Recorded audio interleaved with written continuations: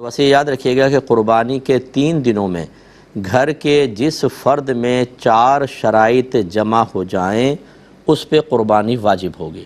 وہ 4 شرطیں یہ ہیں کہ نمبر 1 مسلمان ہونا، کافر پہ قربانی واجب نہیں ہوتی۔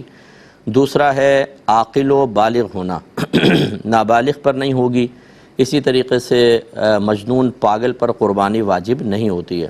تو پہلا مسلمان ہونا، دوسرا عاقل و بالغ ہونا، تیسرا مقیم ہونا، یعنی انسان شرعی مسافر نہ ہو۔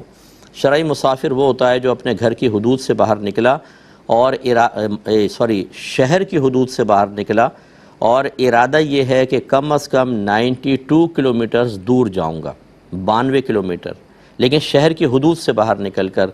تو جیسے ہم شہر کی حدود سے اس ارادے کے ساتھ باہر نکلتے ہیں کہ براہ راست لگاتار 92 کلومیٹرز کا سفر میں نے کرنا ہے، تو وہ شرعی مسافر ہے۔ پھر جب تک وہ کسی اور شہر میں پہنچ کر جو اس کا آبائی وطن نہ ہو، کیونکہ جہاں وہ پیدا ہوا اگر وہ مکان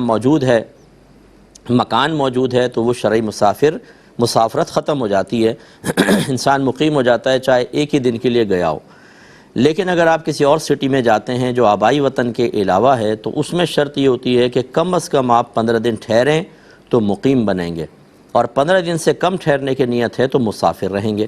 لہٰذا آپ گھر سے باہر نکلے ہیں، 92 یعنی شہر کے باہر نکلے ہیں اور 92 کلومیٹرز دور جانے کا ارادہ ہے، آپ شرعی مسافر ہو گئے۔ جب تک دوسرے شہر میں نہیں پہنچیں گے مسافر رہیں گے، پہنچ گئے اور آبائی وطن نہیں ہے اور 15 دن سے کم ٹھہرے ہیں، شرعی مسافر رہیں گے۔ ایسے اگر وہاں سے پھر آپ آگے گئے اور دوسرے سٹی میں 15 دن سے کم ہی ٹھہرنے کی نیت کی ہے، مسافر رہیں گے، حتیٰ کہ پھر آپ واپس گھر آ جائیں۔ جب دوبارہ شہر کی حدود میں داخل ہوں گے تو مقیم ہوں گے، ورنہ اس معاملے میں مسافر رہیں گے۔ تو فرض کر لیں کہ قربانی کے 3 دنوں میں کوئی حالت سفر میں ہے تو اس پہ قربانی واجب نہیں ہوگی۔